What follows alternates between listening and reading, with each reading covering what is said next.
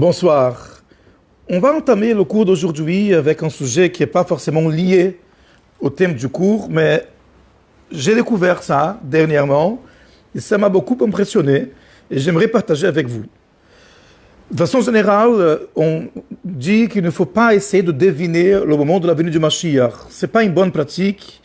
Parfois, les gens donnaient des dates et ça n'est pas arrivé, donc les gens étaient déçus et donc ça, on n'a rien gagné avec ça.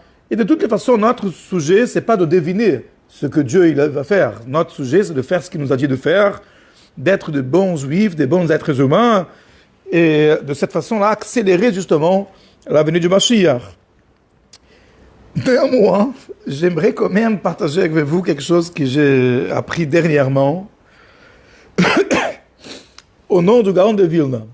C'est Rabbi Eliyahu Lopian, dans son ouvrage Lev Eliyahu, il écrit les choses suivantes. Il est connu que dans Kohel et Ecclésiaste, chapitre 3, le roi Salomon, il apporte donc un passage très célèbre, il y a un temps pour tout et chaque chose a son heure sous le ciel. Et il commence, il dit, voilà, il est un temps pour naître et un temps pour mourir, un temps pour planter et un temps pour déraciner ce qui a été planté, un temps pour tuer et un temps pour guérir, un temps pour démolir et un temps pour bâtir, un temps pour pleurer et un temps pour rire, un temps pour se lamenter et un temps pour danser, et ainsi de suite. Le roi Salomon dans Ecclésiaste continue. 28 temps. Et à la fin, un temps pour aimer et un temps pour haïr, un temps pour la guerre et un temps pour la paix. Et milchama ve'et le shalom. En tout, 28 temps. Ce qui est mentionné dans le Chassidut, 28 temps. Maintenant, le Gaon de Vilna a fait un calcul, c'est simple.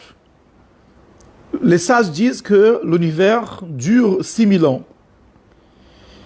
Il a partagé 6000 par 28, et chaque époque s'étend de 28 temps. Et donc, la dernière époque, le dernier 28e de 6000, c'est le dernier des temps, et le shalom, en temps de paix. Maintenant, si on prend 6000 et on divise par 28, bon, le cours est enregistré, vous pouvez faire pause, regarder plus tard dans une calculette. 6000 divisé par 28, ça fait 214.285. Et donc, si on prend les 6000 ans et on soustrait 214.285, ça va sortir 100 785,714. C'est-à-dire que la fin du 27e époque, 27e période, qui est le temps de guerre, comme le Gaon de Vilna a écrit, moi, pour exemple, je suis dans le temps de guerre, c'était le début de cette période de 114 ans. Le dernier le 27e temps de 28e, donc fini à l'année 100 785,714.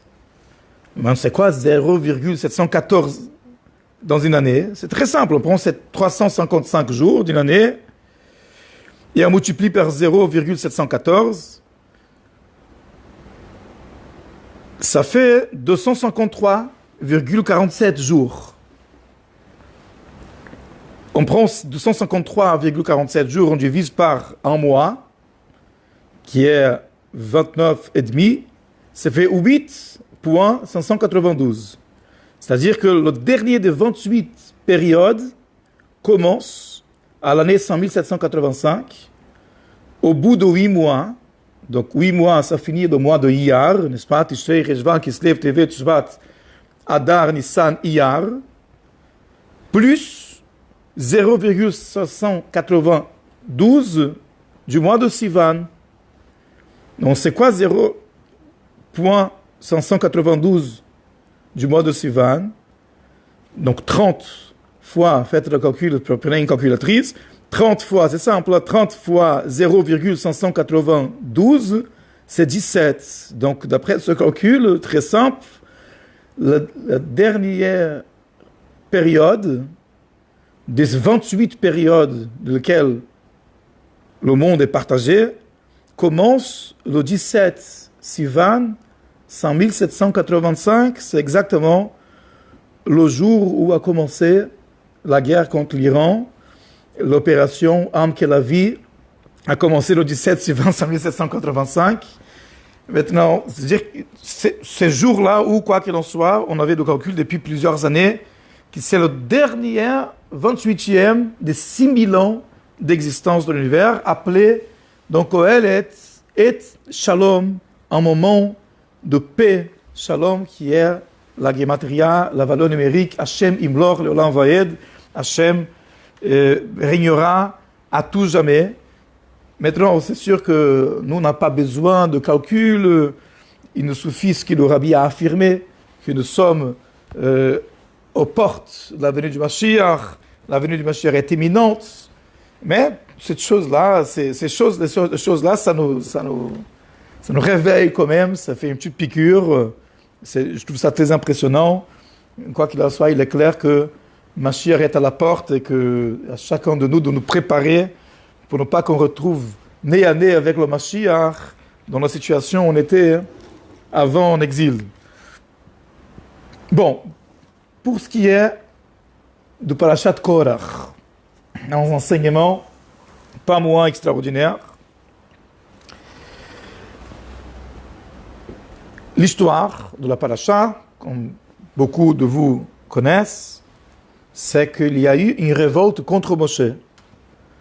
Un cousin à Moshe, appelé Korach, il a réuni 250 chefs d'Israël et ils sont partis protester contre Moshe en disant: comment se fait-il que toi tu es le chef du peuple et le grand prêtre, le Kohen Gadol, tu as nommé ton frère Aaron? C'est pas normal. Pourquoi vous vous exaltez, vous vous mettez au-dessus de la congrégation d'Akadosh Baruch Hu? Nous aussi nous voulons être Kohanim.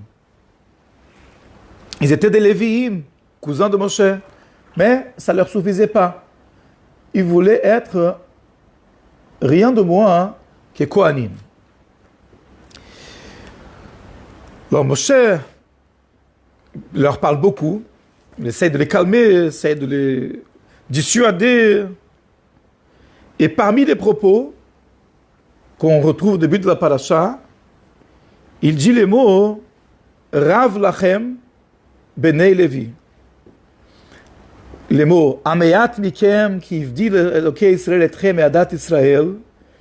Est-ce une petite chose le fait que Dieu vous a élevé au-dessus de la communauté pour être des Lévi'im, pour servir dans le temple, ou bikashtem gam keuna, et vous demandez aussi le sacerdoce. Et il finit cette partie du discours en disant Rav Lachem Benei Levi.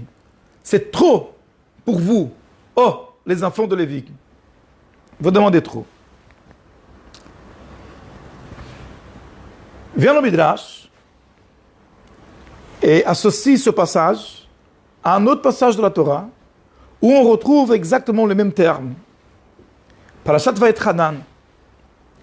Moshe supplie le bon Dieu de pouvoir traverser le Jourdain et rentrer dans la terre promise. Mais Hachem lui refuse. C'est pas dans mon plan. Tu vas pas rentrer.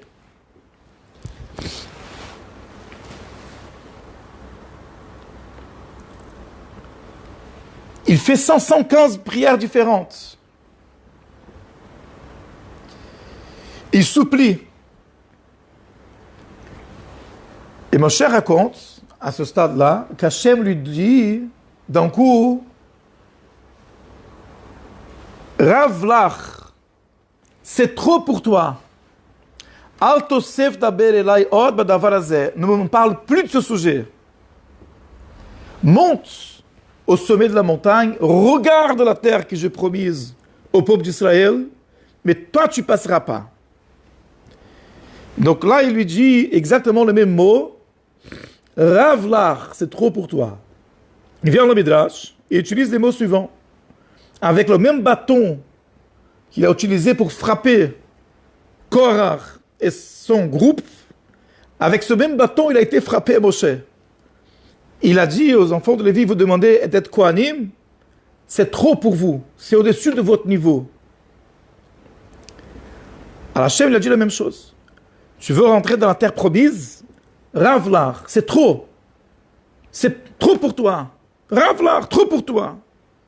Donc il a entendu la même expression qui est venue lui refuser sa requête, sa revendication, son souhait.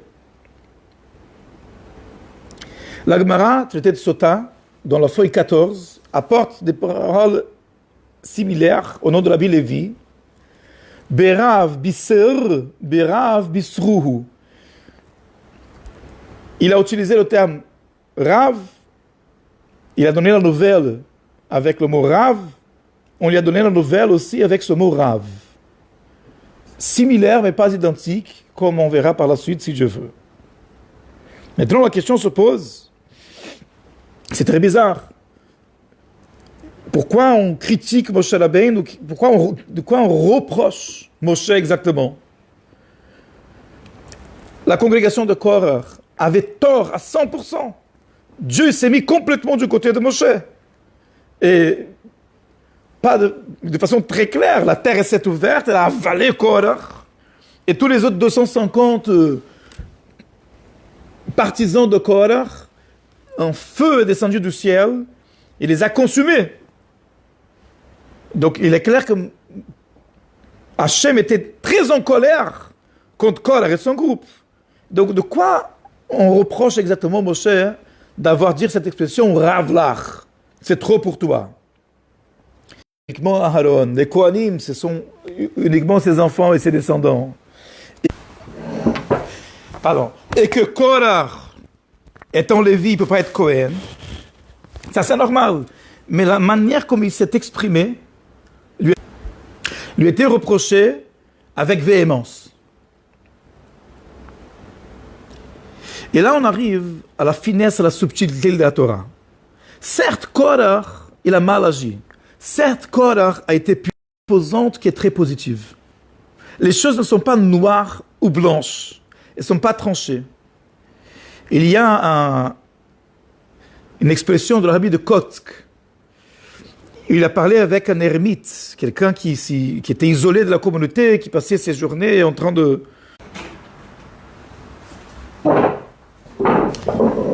Excusez-moi, problème de connexion. Quelqu'un qui était isolé de la communauté, qui voulait regarder personne, il passait sa journée isolé. Et comme ça, il se prenait pour...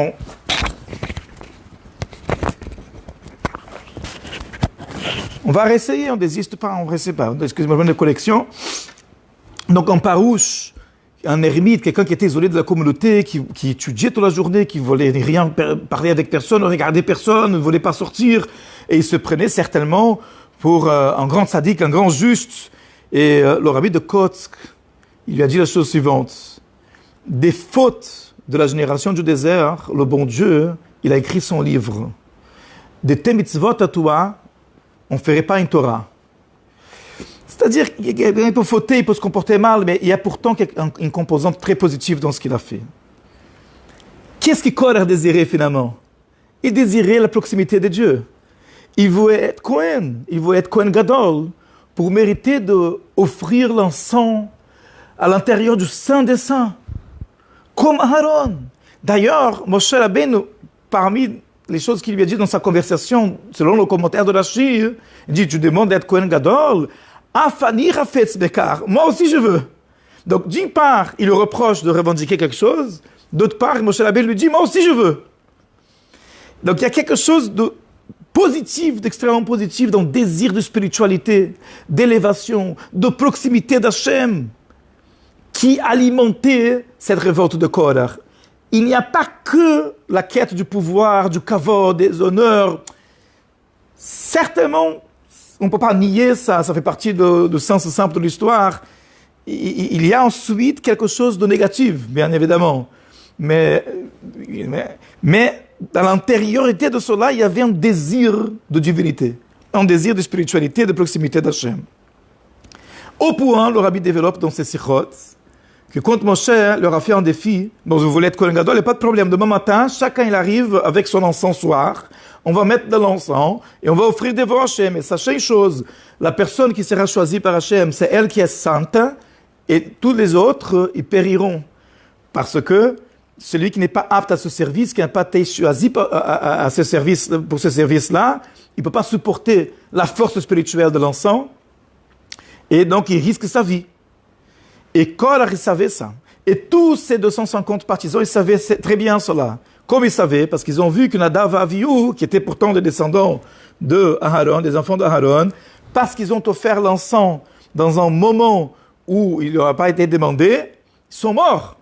Et pourtant, Korach et tous ces 250 partisans ont accepté cela. Pourquoi? Parce qu'ils étaient tellement au désir de proximité d'Hachem. Ktoret vient du mot kesher en araméen. Connexion avec Hachem, c'est le service le plus intime, le plus élevé. C'est celui que le grand prêtre il fait le jour de Kippour dans le Saint des Saints.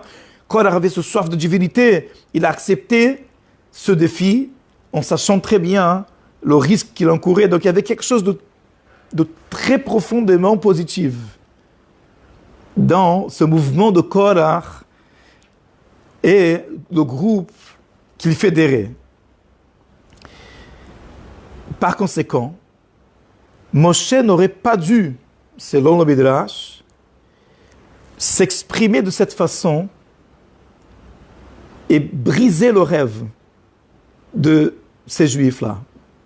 Il pourrait expliquer, écoutez, c'est pas comme ça, Kadosh Baruch Hu, il a un plan, il faut respecter, on ne fait pas ce qu'on veut.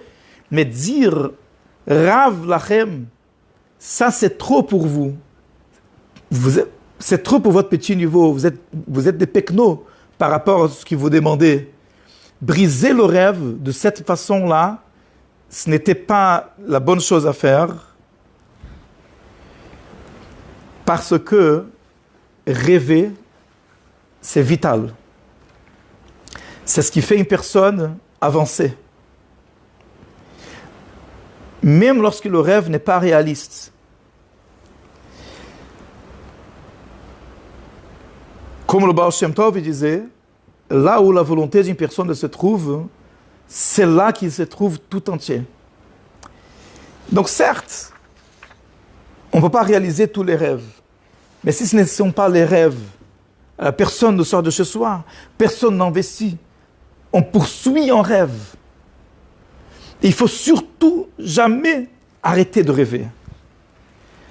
Tout un chacun, dans son enfance, dans sa jeunesse, avait des rêves.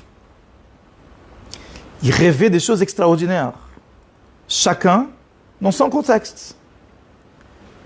Certains dans le contexte matériel, ils rêvaient d'être riches, d'avoir une carrière extraordinaire, d'être célèbre. Il y a aussi des rêves spirituels, d'autres dont des rêves spirituels. Ils rêvaient d'être un sadique, d'être un juste, d'être un érudit de la Torah, d'avoir une super famille, un super mariage, une bonne relation avec ses enfants, de construire une famille. Des idéaux, des rêves. Vous vous souvenez? Certainement vous vous souvenez. Chacun, quand il était enfant, il y avait quelque part une fenêtre, quelque part à la maison, un jardin, où il regardait par la fenêtre et il rêvait. Des rêves d'être heureux, matériellement, spirituellement, élevé, de changer le monde, jusqu'à ce que on est heurté à la réalité, jusqu'à ce qu'arrive quelqu'un, un parent, un professeur, un collègue, un patron, il nous dit, Rav Lach, arrête de rêver, c'est trop pour toi, c'est pas à ton niveau. Descends de l'arbre. Ça peut être un événement, une perte d'un parent, dans un âge précoce, une maladie, une catastrophe, un abus. Chose de la vie. La vie, elle broie les gens, comme on dit. Eretz Orel Toshvei, terre qui dévore ses habitants. Donc vient cette voix par les faits ou par la voix d'une personne, de quelqu'un qui vient à chacun et dit « Ravlach, c'est trop pour toi, arrête de rêver, ça suffit ». Vient la Gemara et le Midrash. Il nous enseigne, il est interdit de laisser cette voix briser le rêve. Certes, il faut être réaliste, mais il est interdit d'arrêter de rêver. Il y a un chanteur contemporain en Israël, Elitzur, c'est lui qui chante Od Yoter Tov, Od Yoter Tov. Donc, il est très influencé par la Rasdout Breslav. Et donc, il y a une chanson où il dit Rabbi Nachman, fais de moi un tzaddik comme toi. Ani rotze liot tzaddik yesod olam. Je veux être le tzaddik, le juste qui est le fondement du monde. Rien de moins. Rabbeinu, notre maître, fais-moi un tzaddik comme toi, mamash, vraiment. Donc on peut dire, certainement c'est rêvé. Rabbi Nachman, ça ne court pas les rues, il n'y a pas de Rabbi Nachman partout. Mais ce rêve, il fait quelqu'un avancer. Et peut-être qu'il ne sera pas exactement comme Rabbi Nachman, mais certainement ça lui fait réfléchir. Au tout début du Tanya, la première phase du Tanya, l'Admor Azaken, il ramène un morceau de Gemara qui dit que quand la Neshama descend dans le monde, on lui fait prêter serment. Tu seras un tzaddik. Et tu ne seras pas un rachat. Tu seras un juste et tu ne seras pas un scélérat, un pervers, un impie. Et vient l'Admor Azaken expliquer que normalement, tout le monde n'a pas la vocation d'être un tzaddik. C'est très rare des neshamot qui ont cette aptitude de purifier leur être pour avoir que de la kedusha dans leur cœur. Et que le défi d'un être humain, c'est de pouvoir dominer ses mauvaises pulsions, même s'il va devoir faire la guerre contre soi-même toute sa vie. Et comme ça, il fait plaisir à Dieu. En allant contre sa nature, en faisant la volonté d'Hachem. Et à un moment, notre Admor Azaken pose la question, au chapitre 14, alors dans ce cas-là, pourquoi on lui fait jurer tu seras un tzaddik? Si de toutes les manières, il n'est pas capable. Et il répond, même si sa neshama, son âme, n'a pas cette vocation d'être un tzaddik, lui doit faire sa part. Et peut-être, qui sait, c'est pas garanti qu'une neshama dans tzaddik, par son mérite, par son effort, la neshama dans tzaddik va se greffer à la sienne. C'est un phénomène de Kabbalah appelé Ibour Neshamot, de gestation de Neshamot. Parfois, une autre âme vient se coller, c'est pas un dibouk, il n'est pas possédé, hein. C'est une neshama dans tzaddik qui vient se coller à la sienne, lui donner un peu de force, et il arrivera en effet à être un tzaddik, même s'il n'avait pas la vocation. Et on a demandé à Zaken, il dit, attention, normalement, ça ne se passe pas comme ça. En Benoni, quelqu'un qui est entre les deux, il n'arrivera pas à être un tzaddik toute sa vie pour la plupart des cas. Mais il ne faut pas arrêter de rêver. La personne, elle doit faire ce qui dépend d'elle pour non seulement accomplir les mitzvot, mais aussi développer un désir de sainteté. Et, dans la mesure du possible, en désintérêt à des choses matérielles, de sorte à comprendre que ce n'est pas là-bas que ça se passe, l'aventure humaine. D'où il doit faire? Il doit méditer sur la grandeur de Dieu, réveiller en soi l'attirance à Dieu, l'amour de Dieu. Il ne doit pas arrêter de rêver. Même si l'Admor Azaken explique, c'est plutôt un rêve. Mais ça lui fera bouger. Il y a un docteur chinois appelé Dr. Judah Folkman qui fait des recherches sur le cancer. Au début des années 70, il a proposé l'idée qui était complètement contraire à ce que les scientifiques ils savaient déjà. Il disait les tumeurs produisent des vaisseaux sanguins autour d'elles pour s'alimenter, pour se nourrir, pour grandir.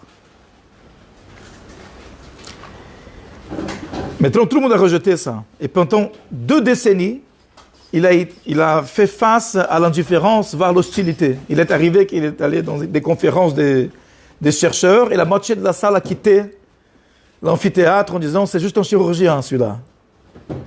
Mais il est resté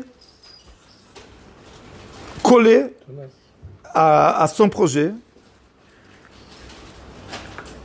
Et dans les années 80 déjà, lui et son équipe ont commencé à trouver des inhibiteurs d'angiogénèse. Angiogénèse, c'est la création, l'apparition des vaisseaux. Et aujourd'hui, plus de 100 000 patients atteints du cancer bénéficient de ces produits d'inhibiteurs d'angiogénèse pour retarder la prolifération de la maladie.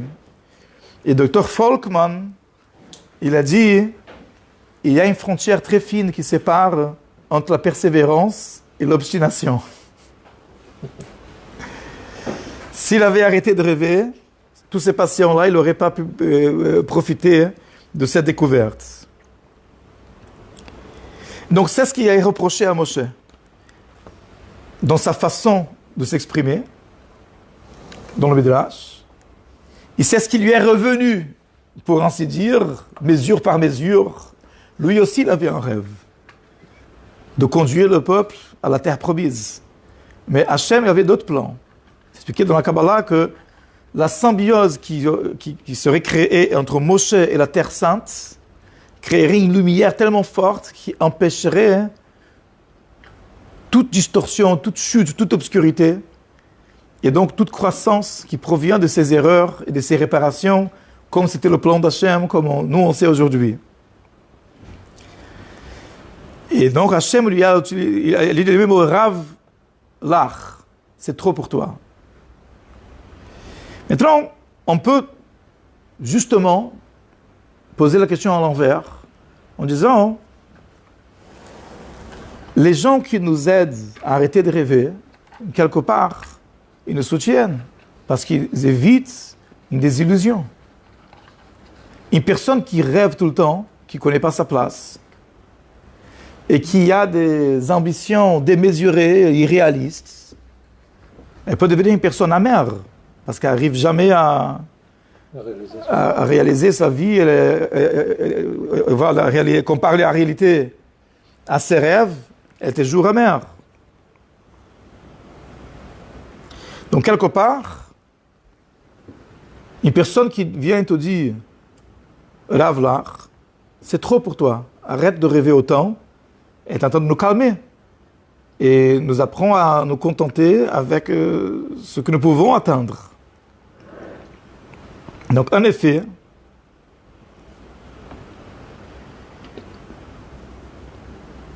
si on regarde bien, il y a une différence entre la Gemara, Sota et le Midrash. Le Midrash, en commentant ce morceau, il dit avec le même bâton qu'il a frappé la communauté de Korach, il a été frappé Moshe à la fin de sa vie. Tandis que la Gemara, Sota, dans les mots de Rabbi Lévi, il dit Berav biser ou Berav bisruhu. Avec le terme Rav, trop, il a annoncé, biser, et avec ce même terme, on lui a annoncé qu'il ne pourrait pas entrer dans la terre sainte. Or, le mot Bessora en hébreu, il a la connotation d'une bonne nouvelle. C'est pour ça que c'est important d'apprendre l'hébreu et les nuances pour apprendre la Torah. C'est quand même l'hébreu, c'est la langue de la Torah. Pour apprendre la Torah, c'est très important de connaître l'hébreu, pour apprendre des choses non originales. Le mot Bessora, c'est une bonne nouvelle. Or, a priori, c'est pas adapté. On lui a donné une mauvaise nouvelle. Lui, il a donné une mauvaise nouvelle à la communauté de Korach, et Dieu, il a donné une mauvaise nouvelle. Pourquoi Rabbi Lévi utilise le terme Bisser, Bessora? Donc, justement, Il y a un sens inverse que Rabbi Levi veut ressortir. Parfois, la personne, elle a des ambitions, elle a des rêves, et elle conditionne son bonheur et sa réalisation à la réalisation complète et totale de ses rêves. Et s'il ne parvient pas à faire exactement ce qu'il voulait, sa vie n'a pas de valeur. Jusqu'à ce qu'il arrive quelqu'un, il lui donne une bonne nouvelle. Écoute, ce que tu as fait, c'est énorme. Rav lach. Ne pense pas que si tu n'es pas Kohen Gadol et tu rentres dans le Saint des Saints avec l'encens, alors tu ne vaux rien. Arrête de penser comme ça. Que tu aies une ambition de proximité de Dieu, bravo. Mais que ce soit une condition, je ne suis pas capable de faire la paix avec moi-même tout le temps que je ne suis pas le Kohen Gadol. Je te donne une bonne nouvelle. Ce que tu as obtenu, ce que tu as réussi, ce que tu as reçu, c'est énorme. Berav Bisser, il a donné une bonne nouvelle à Korach. Toi, ta vie n'a pas de sens s'il y a quelqu'un d'autre qui est Kohen Gadol et pas toi. Je te donne une Bessora, Rav lach, c'est énorme. Tu as été choisi pour être Lévi. C'est dans les mots de Moshe, Ameat mikem kivdi l'Elokei Israël etrem yadat Israël. Est-ce que c'est une petite chose que Dieu vous a élevé de la communauté pour servir dans son temple en tant que Lévi'im? Rav lachem, c'est énorme ce qu'il vous a fait déjà. Et encore plus, dans l'histoire de Moshe Rabbeinu, ça se comprend encore mieux. Moshe Rabbeinu était malheureux. Sa vie n'a pas... C'est un échec. Elle n'avait pas de sens. Puisque pendant 40 ans, il a conduit ce peuple dans le désert. Il arrive le dernier instant, la dernière minute. D'un coup, on lui dit non. Tu n'as pas le droit d'entrer. Donc il est malheureux, il est amer. Et Akadosh Baruch Hu vient et dit, Rav lach. Berav bisrou, il a donné une bonne nouvelle. Ce que tu as fait, c'est énorme. Mais je te rends compte, tu es malheureux. Tu es inconsolable parce que tu ne peux pas entrer dans la terre promise. Regarde ta vie. Il n'y a personne de plus grand que toi. Tu as sorti le peuple juif de l'esclavage. Tu as reçu la Torah de Dieu. Tu as révélé la Torah à toute humanité. Tu as conduit ce peuple-là dans le désert 40 ans. Tu les as amenés à la terre promise. Pas mal comme ça. C'est pas mal que je t'ai fait. C'est énorme ce que tu as fait. Tu veux entrer dans la terre promise, bravo pour ton rêve. C'est bien que tu rêves, c'est bien que tu veux ça. C'est déjà... Ça même, tu gagnes un point déjà. De vouloir. Mais c'est pas mes plans. Pour des raisons qu'on comprenne dans la Kabbalah qu'on vient de dire ou qu'on ne comprend pas. C'est pas pour toi, ça va pas se faire. Mais ne considère pas que tu es malheureux, que ta vie est un échec. Rav lach, c'est énorme ce que tu as fait. Donc, quelque part, il y a un message opposé qui vient équilibrer le premier. Et de cela, il ressort des paroles de sages, donc quelques nuances de phrases, un équilibre parfait et vital pour tout un chacun. D'une part, dans la même phrase, dans le même verset, et dans le même commentaire du Midrash de la Gemara, d'une part, on nous dit, n'arrête jamais de rêver. Quand tes rêves d'enfant, de transformer le monde, de devenir un sadique, de devenir un érudit,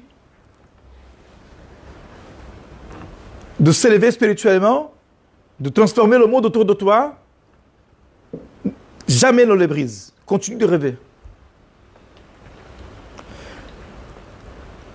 D'autre part, quand tu compares les résultats, la réalité, à tes aspirations, et tu vois que c'est pas exactement la même chose, Ne sois pas amer. Ne pense pas que tu es un échec. Apprends à reconnaître ton humanité, à savoir que toi, tu dois avoir des objectifs, mais tes objectifs, ce ne sont pas les objectifs de Dieu. Et lui, il sait la vérité. Lui, il sait ce dont nous avons besoin. Mais apprends à te réjouir de tes succès également. Dans la même phrase, on apprend les deux choses. Allez, Shabbat Tov. Chazak Baruch.